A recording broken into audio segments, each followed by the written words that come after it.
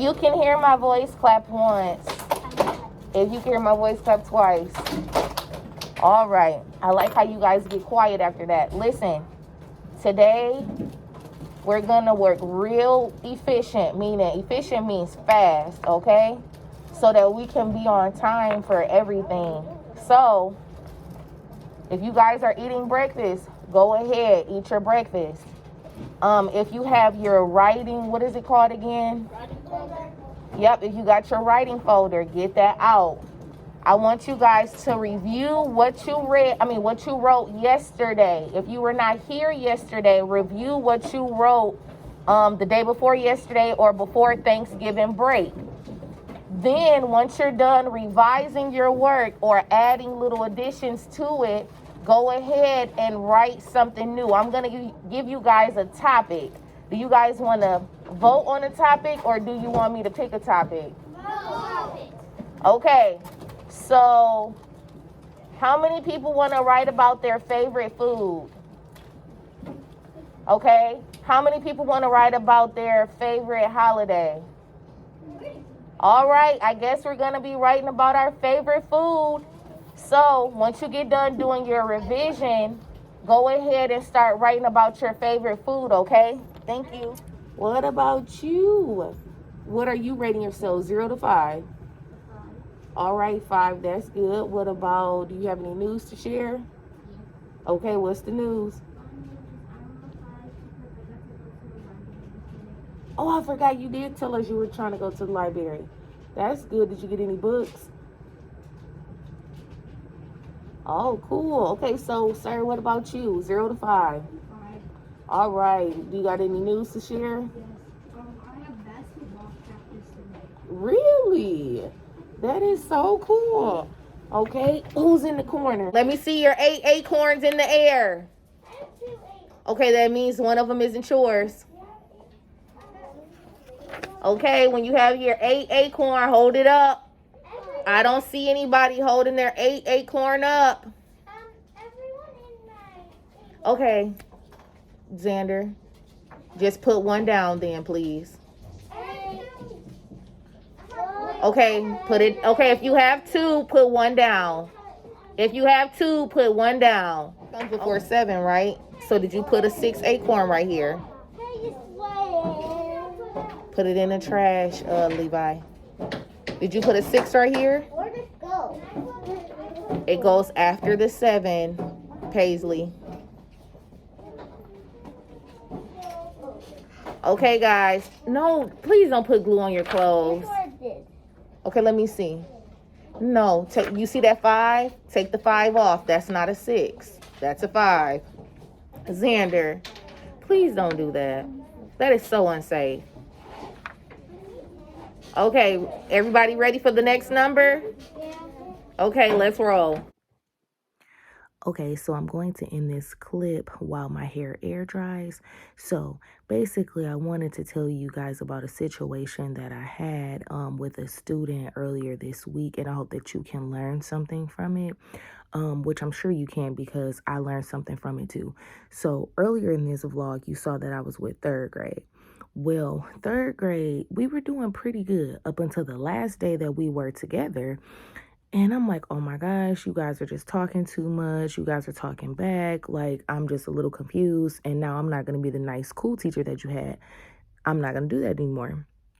So I was calling the kids chatty Cathy's because they were talking so much. I'm like, I told them, I'm like, you guys are in the 3rd grade. You're not in the kindergarten. So if I ask you to be quiet, that's what I want you to do. I want you to be quiet. If I ask you to do something, that's what I want you to do. I want you to do it. I don't want to have to talk to you more than 3 times or 1,000 times to do the same things.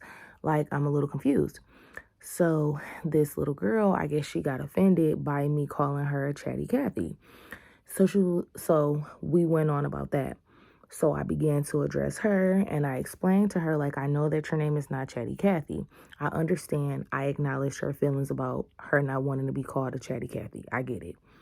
But that wasn't my issue. My issue was the constant back talking and all of this that she was doing. And she was raising her voice. And I was like, hold up, wait a minute, baby girl. I'm like, I'm the adult. You're the child. And I'm not about to, we're not doing that. We're not yelling and all this other stuff. So now I'm done talking to her. I start addressing the class about the issues that I'm having, right? So I'm telling them, like, I'm sick of it. I'm not going to be the cool, nice teacher no more. I'm going to have to start putting my foot down. So as I'm addressing the classroom, and I think I talked to them for like maybe 15 minutes because it just got to be out of control. So they needed to have a talk. So she yells, I wasn't even, whatever she said. But when she did that, I was like, excuse me? So I matched her tone. I shouldn't have did that, but I matched her tone. And I said, I wasn't talking to you. I said, I was already done talking to you. I'm talking to the rest of the class. That's how you know that whether it's a child or a grown person, we don't be listening to what people say when we angry. We hear what we want to hear. Because when I was addressing the class, I specifically used plural terms like y'all, you guys, ladies, fellas. I didn't single her out anymore because I was done talking to her. So now she's dramatic and she wants to put her head down after I got done. I was like, no, we're not doing that. So I was like, you know what you can do now, though? I said, you can get your stuff and you can go sit at the table. And I told her, because, I'm good for doing this, too. If me and you not getting along, we don't have to get along. You can just go to another classroom or you can go to the office for the rest of the day. That's fine. We don't have to get along. We don't have to see eye to eye, but we're not going to be disrupting the class when we're not going to be disrespecting each other with our voices. We're not doing that. So she gets up. She a little bitty old cute little thing. She gets up and she tries her hardest trying to stump them little feet. And she go to her table and she puts her head down. And now she crying. Tears do not move me, okay? From an adult or from a child. You're not going to move me to do anything other than what I'm going to do anyway. But I could tell that she really upset me because I was so out of breath. And like my insides were like, I could feel my heart pounding. And I could feel like my body was shaking. And I'm like, why she take me on my body like that? Like, what the heck? So, she did her little crying. I could see her from out of the, the corner of my eye. So I'm keeping an eye on her, but I'm going to continue on with the lesson because you're not stopping no show.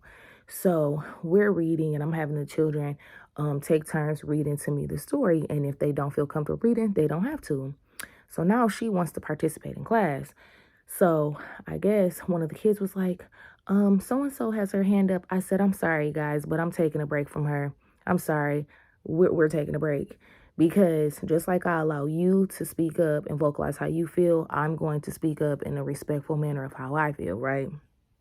Because I did need a break from her. I really did. Because that little exchange that we had with her just blurting out in the middle of me addressing a class, I wasn't even talking. I was like, that's too much and you're too loud and now I feel disrespected. So I gave you two options. You figure out what you want to do.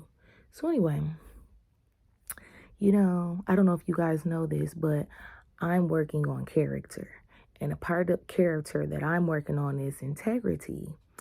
And I think the reason why I felt like so out of breath and my heart was beating so fast was because I just finished my Bible plan about patience. And so I was like, I'm supposed to be showing patience, and here we go. So, and then as well as integrity. And, integrity means to do the right thing even when nobody else is looking or they're not around. So, I was at home and it was just, what had happened had just been on my mind all day or whatever. So I'm getting ready to, I forgot, cook or something. I was like, oh, Lord, forgive me. And I clearly heard, as clear as day from the Holy Spirit, now apologize to her. So I'm like, okay, I'm gonna do it tomorrow.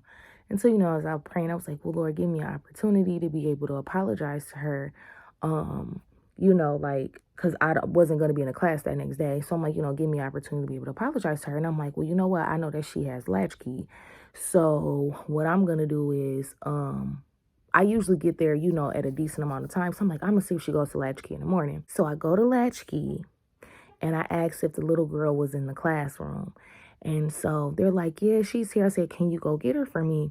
And so, she came outside and I told her, I was like, hey, I just wanted to apologize to you about what happened yesterday. I was I apologize for my delivery about what I said to you, and I'm apologize for calling you a chatty Cathy. Are we, I apologize for hurting your feelings. And I was like, are we okay? Are we friends? And then she was like, yeah. And then she said, and I was not expecting this. And she was like, I'm also sorry for talking back. And I was like, I forgive you. And I'm saying that to say, because this is a long story time, but I'm saying that to say that um make it a regular habit to apologize to children. It doesn't mean that they weren't wrong for what they did. It means that you were wrong for the delivery of how you chose to correct them, how you chose to talk to them, or how you chose to handle the situation. I didn't like scream at her, but I know that my voice was elevated. And I was like, I didn't have to talk to her in an elevated tone. I could have told her the same thing that I told her, gave her the same options that I did, but in a regular tone. Because again, she's a child, I'm an adult. I should be able to control my tone of voice. So I hope that you guys enjoyed this vlog. I hope that you guys enjoyed your Thanksgiving and your soon-to-be Christmas. I really do hope that you all are staying safe with all the things that are currently happening.